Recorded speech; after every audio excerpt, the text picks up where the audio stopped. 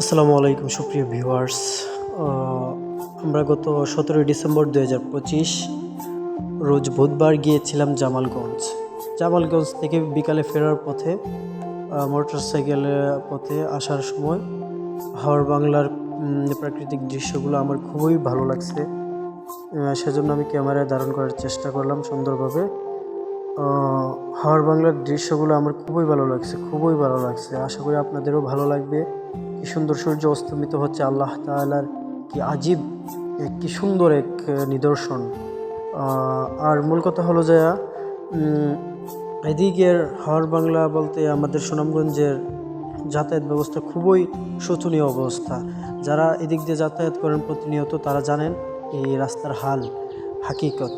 আশা করি ঊর্ধ্বতন কর্মকর্তা যারা আছেন তাদের সুদৃষ্টি কামনা করছি। আশা করি এই অবসান ঘটবে।